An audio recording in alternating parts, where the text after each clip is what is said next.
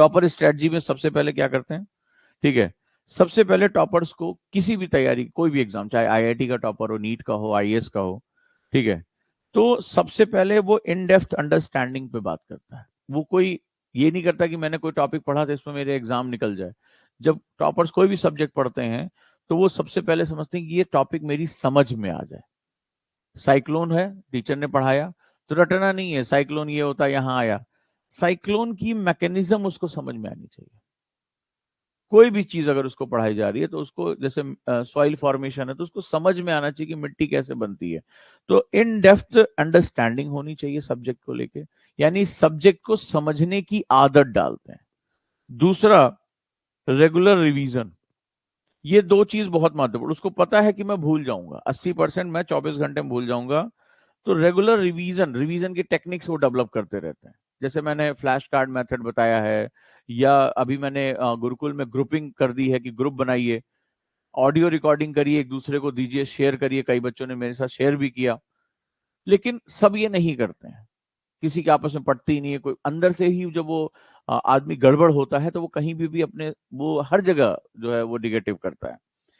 तो regular revision के method आप निकालिए। दूसरा, टाइम मैनेजमेंट, मोस्ट इंपॉर्टेंट, क्योंकि आपका समय ही आपका दुश्मन है।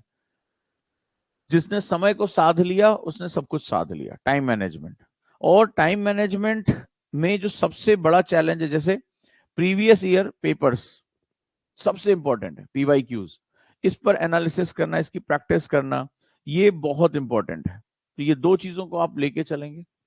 तीसरी चीज है हमेशा खुद को मोटिवेट रखना, हमेशा, क्योंकि आपको हर महीने लगेगा यार मेरे से नहीं हो पा रहा है, बहुत मुश्किल है, कोई भी छोटी मोटी चीज, किसी ने कुछ भी बोल दिया, आप हमेशा निगेटिव सोचोगे कि मेरे से नहीं हो पाएगा। लेकिन ऐसा नहीं होना चाहिए। आपको ये होना चाहिए कि अगर आपको खुद को मोटिवेट किया, अब एग्जाम में घुसे हैं तो अब सक्सेस होके निकलेंगे। और अगर आप ये सोच रहे हो कि डिमोटिवेशन टॉपर्स को नहीं हुआ, उनको भी होता है, बस वो ये जानते हैं कि मुझे लड़ना कैसे है। वो ये जानते हैं कि सिर्फ ये एक फेज है, गुजर जाएगा। ये दुनिया ना तो आपकी सफलता को याद रखती, ना असफलता को याद रखती है। ये असफलता एक सफलता आते ही भुला दी जाएगी। तो वो खुद को हमेशा याद दिलाते हैं कि तुम्हें लड़ना है, एक दिन जैसे सफल होगे पीछे किसी को कुछ याद नहीं रहेगा। राइट, ये दुनिया मान सम्मान को ही, पावर को ही इज्जत देती है। अगली अगर हम बात करें, दूसरा जो टॉपर टिप्स है, ठीक है, तो सेकेंड टिप्स है, सबसे बड़ी बात, वो सिलेबस के पॉइंट टू पॉइंट तक जाते हैं। ठीक है, ये दूसरी स्ट्रेटजी इनकी। और करंट अफेयर्स और कंटेम्प्रोरी इश्यूज को ये बहुत इंपॉर्टेंट देते हैं, याद रखिएगा। तो ये सबसे पहले सिलेबस पे स्टिक रहते हैं। आप, हमारे बहुत से ऐसे स्टूडेंट मैंने देखे हैं जिनका सिलेबस पता ही नहीं कि पेपर 3 में क्या है, पेपर 2 में क्या है, वो पढ़ेंगे क्या खास। तो आप में से जितने भी बिगिनर हैं, अगर वो सिलेबस एनालिसिस नहीं कर पाए हैं, वो उनको सिलेबस, मैंने हमेशा कहा कि गुरुकुल में भी कई बार मैंने बच्चों को उठा के खड़ा कर दिया कि अगर बैग में आपके सिलेबस नहीं है तो आप कुछ भी नहीं कर सकते। सिलेबस को रोज पढ़ने के, जैसे रोज मेडिटेशन करते हो, सिलेबस को कई महीनों तक रोज पढ़ने की आदत डालो, रोज उसकी एनालिसिस करो। यही सी ऐप में मैंने फ्री ऑफ कॉस्ट दे दी है, एनालिसिस करो कि भाई मेरा सिलेबस के पॉइंट्स क्या हैं, फिर उसको कवर करने की कोशिश करो, और किसी भी हालत में रोज न्यूज़पेपर पढ़ने की आदत डालो ही डालो। दूसरा, अगर आंसर राइटिंग प्रैक्टिस नहीं कर रहे हो तो सक्सेस नहीं मिलने वाली है। आप बहुत अधिक होगा, कभी लक बाई चांस प्रीलिम्स निकल गया, आगे कभी नहीं बढ़ पाओगे। तो आंसर राइटिंग प्रैक्टिस बहुत इंपॉर्टेंट है, और ये इसके बहुत डायमेंशन है, रिवीजन करना, थॉट को लेकर आना, जिसकी मैं आपसे बता रहा हूं, सिर्फ मेरे कहने पे अगर 90 डेज, सिर्फ 90 डेज की बात कर रहा हूं मेरे कहने पे, अगर 90 दिन तुमने लिखने की आदत डाल ली, जैसे कुछ भी बात हुई, एक पेज लिख रहे हैं, मैंने आपको बताया 3 चाय या 3 कॉफी 3 आंसर, ये मैंने एक फॉर्मूला दिया था कि भाई चाय पीने में 5-7 मिनट लगते हैं, कुछ भी उठाया, चाय पीते जा रहे लिखेंगे। आदत डाल लो कि चाय पीते ही पेन उठा के कुछ लिखेंगे, क्वेश्चन कुछ भी बना लेंगे। आज क्लास में कुछ भी पढ़ाया गया कि पृथ्वी की आयु क्या है, उठाया और लिख दिया।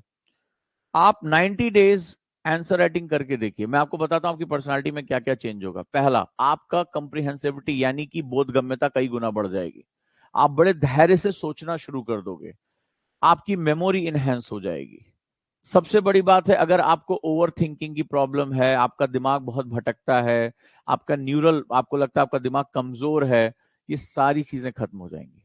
आंसर राइटिंग इतना बड़ा सेगमेंट है जो आपके अंदर गंभीरता लेकर आता है, आपके अंदर कोई भावनात्मक, ये एक बहुत मेडिटेशन की प्रैक्टिस है। ये मत सोचिएगा सिर्फ आंसर राइटिंग है। जो लोग लिखने की आदत रखते हैं, आप 90 दिन करके देखिए, आपके अंदर गंभीरता आ जाएगी, आपके अंदर ओवर थिंकिंग की प्रॉब्लम खत्म हो जाएगी, आप बहुत अच्छे कम्युनिकेशन करना शुरू कर देंगे, आप बहुत अच्छे तरीके से एक्सप्रेस करना शुरू कर देंगे, आपको खुद लगेगा कि आप बहुत शांत हो रहे हैं और आपके जो विषय पर गहराई से सोचने की क्षमता है वो कई गुना बढ़ जाएगी। अपार्ट फ्रॉम द आपके मार्क्स, छोड़ दीजिए उसको, ये मैं आपको साइकोलॉजिकल कॉग्निटिव लर्निंग आपको बता रहा हूं, आपका ब्रेन में ये चेंजेस 90 दिन में आ जाएंगे।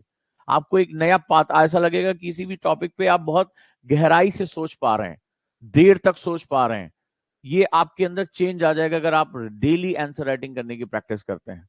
नेक्स्ट है इफेक्टिव रिसोर्स मैनेजमेंट। और आपके रिसोर्स में, चाहे आपका ऑनलाइन प्लेटफॉर्म हो, चाहे आपका मटेरियल हो, चाहे आपका टाइम हो, न्यूज़पेपर हो, भाई मेरे पहले भी मैंने इस पर क्लास ली है। रिसोर्स मैनेजमेंट यूपीएससी एस्पिरेंट के लिए सबसे जरूरी है। मुझे कितनी देर ऑनलाइन रहना है ये भी आप लिखेंगे, क्योंकि आप रहते तो ऑनलाइन किसी और काम से, करते कुछ और काम है। तो ये कौन से प्लेटफॉर्म पे, बिल्कुल स्पेसिफिक, उसके अतिरिक्त अपने फोन से सब हटा दीजिए कि मुझे यही चीज चाहिए, इसके अतिरिक्त मुझे कुछ भी नहीं चाहिए, खत्म। राइट, ये डिसिप्लिन आपको लेकर आना पड़ेगा। क्लियर? ये लिखते जाओ, ये टॉपर्स करते हैं। नेक्स्ट वन, तीसरी स्ट्रेटजी बहुत इंपॉर्टेंट है इनकी। थर्ड टॉपर अडॉप्ट क्या करते हैं? Strategic revision. स्ट्रेटजिक रिवीजन जैसे मैंने व्हाइट बोर्ड टेक्निक बताई, ये रट्टाफिकेशन से अलग है, अरे चलो भाई उठो और लिखो। स्ट्रेटजिक रिवीजन जैसे मैंने यहां बताया कि 4-4 का आप ग्रुप बना लो, गुरुकुल में बताया आप लोगों को, और ये मैंने देखा है जहां जहां सिलेक्शन होता है वहां ये 4-4 का ग्रुप बना लो, 5 का ग्रुप बना लो जिनसे दोस्ती हो आपकी, और इनके साथ इंफॉर्मेशन एक्सचेंज करो। मैंने बताया था जैसे आईएएस टॉपर अदापा कार्तिक ये स्ट्रेटजी को बहुत फॉलो करते थे, तो उनका ये कहना था कि teaching is a double process of learning. अगर आप किसी चीज को अपने ग्रुप में, मान लीजिए कोई ग्रुप मेंबर ए है, उसने बी, सी और डी को वो चीज सिखा दी, कॉन्सेप्ट, इन्होंने क्वेश्चन पूछा कि चलिए बताइए सर, आप हमें जो है वो मुगल काल, सल्तनत काल या किसी की काल के बारे में मुझे पढ़ाइए, या फलाना पुर्तगीज के बारे में पढ़ाइए। और अगर ए ने इन तीनों को सही तरीके से समझा दिया, अभी कई बच्चों ने गुरुकुल में मुझे आकर फीडबैक दिया कि सर बहुत मजा आ रहा है और लर्निंग बढ़ गई है, तो सबसे बड़ी बात है बी, सी और डी का टाइम बच गया और उनको ये कॉन्सेप्ट समझ में आ गया। ए का कॉन्फिडेंस डबल लेवल पे पहुंच जाएगा कि भैया दूसरे को सिखा दिया और दूसरे ने सीख लिया, तो ये बहुत मजा आएगा। गुरुकुल में जैसे हमने अभी ताश का मेथड शुरू किया है, हम उस पर काम कर रहे हैं, तो उसके साथ भी बहुत इंपॉर्टेंट आप चीजें कर सकते हैं। राइट, नेक्स्ट वन है करंट अफेयर्स पे फोकस करना। न्यूज़पेपर को डेली पढ़ो, और न्यूज़पेपर में जब तक आप सिलेबस पे कमांड नहीं करोगे न्यूज़पेपर नहीं पढ़ पाओगे। न्यूज़पेपर आपस में डिस्कशन किया करो। जैसे एक मैं आप लोगों को एक फॉर्मूला दे रहा हूं, जैसे आप 4 दोस्त हो, गुरुकुल के भी बच्चे ध्यान से सुने इसको, आप 4 दोस्तों, आपने एक ग्रुप बनाया है, ग्रुप का एक पहले अच्छा सा कैची सा नाम रखो, ठीक है, भारत के राज्यों के नाम पे रख लो, नदियों के नाम पे रख लो, पर्वतों के नाम पे रख लो, जैसा भी आपका मन करे। आपका जो है वो कि मेरे ग्रुप का नाम अरावली है, मेरे ग्रुप का नाम विंध्य है, ठीक है, मेरे ग्रुप का नाम सतपुड़ा है, या नगा हिल्स है, जो भी आपको मन करे, आप नंदा देवी। तो इससे आपका जोग्राफिकल फेनोमेनन जुड़ेगा, या ऐतिहासिक स्थलों के नाम पे जो है आप रख लो। अब गुरुकुल में क्या करो, एक प्रैक्टिस बता रहा हूं, एंकर प्रैक्टिस। अब आप क्या हुआ, आपने 4 लोगों ने 4 अलग अलग बांटे कि तुम्हारा काम रहेगा विदेश नीति यानी आईआर पर न्यूज तैयार करना, तुम्हारा इकोनॉमी पे, तुम्हारा नेशनल पॉलिटिक्स पे, तुम्हारा जो है कोई एक और डोमेन जो है उस पर आपने पकड़ लिया, ठीक है, कि भाई समाज पे तुम जो है न्यूज तैयार करोगे। अब सबको बोला कि आप एंकरशिप करेंगे, 10-10 मिनट का टाइम दिया, तो एंकर अपने न्यूज को जो भी रिलेटेड होगा उसको एंकर की तरह खड़े होकर बोलना है कि आज के प्रमुख समाचारों में जो भारतीय समाज से जो न्यूज आई कि यहाँ पर जो है महिला संशोधन बिल पास हुआ, यहाँ की महिलाओं ने ऐसा किया, इस बार जो है वो इतने उम्मीदवारों ने, इतने दलों ने इतनी महिलाओं को जो है सीटें दी हैं जो भारत के इतिहास में अभी तक ऐसी है, या श्रम क्षेत्र में ऐसा हुआ, जो भी मुद्दा है। इकोनॉमिक्स वाले ने इकोनॉमिक्स से बात की कि एसडीआई रैंकिंग में ये रहा, ऐसा रहा, वैसा रहा, ये सारी चीजें वहां पर मैनेज हो गई। अब ये एक दूसरे को बोलना है एंकर के फॉर्म में, इससे आपकी स्पीकिंग बहुत अच्छी होगी। बहुत बड़ा फॉर्मूला बता रहा हूं, और आप केवल 10 मिनट इन्वेस्ट करेंगे और 40 मिनट का मजा आपको मिल जाएगा। आईआर वाले ने आईआर की प्रैक्टिस कर दी, अब जिसको बोलना है वो अपने टॉपिक पे बड़ा अच्छा करेगा, बहुत अच्छा। जैसे मुझे आईआर, तो क्रॉस क्वेश्चन भी मुझसे किया जा सकता है, भाई सभी लोग न्यूज़पेपर पलट रहे हैं, तो मुझे अच्छे से तैयार होकर आना है। पहली बात, आपका न्यूज तैयार होगा, क्योंकि प्रेशर आप फील कर रहे हो। गुरुकुल में आप ये प्रैक्टिस करेंगे, जो लाइब्रेरी है उसमें प्रैक्टिस करेंगे, ठीक है। न्यूज़पेपर लिया तो आपने बांट लिया कि भाई आईआर आप करेंगे, नेशनल न्यूज हम करेंगे, इकोनॉमिक्स ये करेंगे, फलाना ढिकाना, बांट लिया उसको। और खड़े होके बोलेंगे हम, आज के प्रमुख समाचार, इंपॉर्टेंट न्यूज आर, आपने बता दिया उनको, ठीक है। ध्यान से सुनो, और ये करना है हम लोगों को। तो आप एक न्यूज पर 10 मिनट लगा रहे हैं, लेकिन आपको 40 मिनट का फायदा मिल रहा है। इसी को मैंने नाम दिया है C2D, corporate to dominate. Corporate to dominate, अगर आप ये बोलते हैं तो आपको पूरा जो है वो क्या होगा, पूरा बुरा मजा जो है इसमें आपको मिलना शुरू हो जाएगा। और आपके ऊपर प्रेशर आएगा, ध्यान से सुनेंगे भी, सुनने की क्षमता डेवलप होगी, मेमोरी डेवलप होगी, और आप एक पोर्शन पे काम करेंगे, 3 पोर्शन आपको फ्री ऑफ कॉस्ट तैयार मिल जाएंगे। सिर्फ उसके पॉइंट लिखने हैं, हो गया। यही स्मार्टनेस हमें सक्सेस करती है। तो ये टॉपर्स स्ट्रैटेजी है, जिसको अगर आप फॉलो करते हैं तो निश्चित रूप से आपको इसमें बड़ी जीत हासिल होगी। और ये जो मैंने आज एंकर मेथड बताया है, ठीक है, एकदम बोलने की, इससे आपका एक स्पीकिंग बहुत शानदार हो जाएगी, आप पब्लिक स्पीकिंग करने लगेंगे।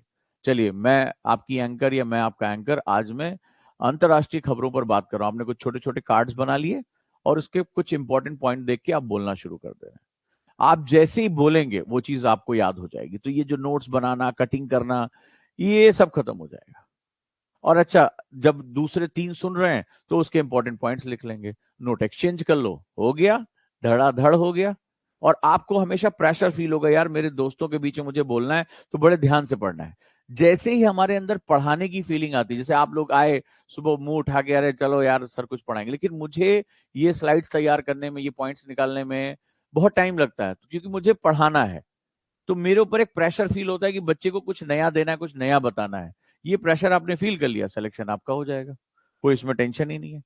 तो ये चीजें अगर हम कर लें, यही मेंटरशिप है, यही नई नई चीजें मैं आपको सिखाता हूं। तो मैंने पहले भी कहा था कि मैं तुम्हारा वन स्टॉप सॉल्यूशन हूं, कि अब जो तुम्हें दिक्कत आ रही है मैं तुम्हें यहां मेंटरशिप में बता दूंगा, तुम बस उसे फॉलो करो, दुनिया की कोई ताकत तुम्हें रोक नहीं पाएगी। राइट, ये बात ध्यान रखना।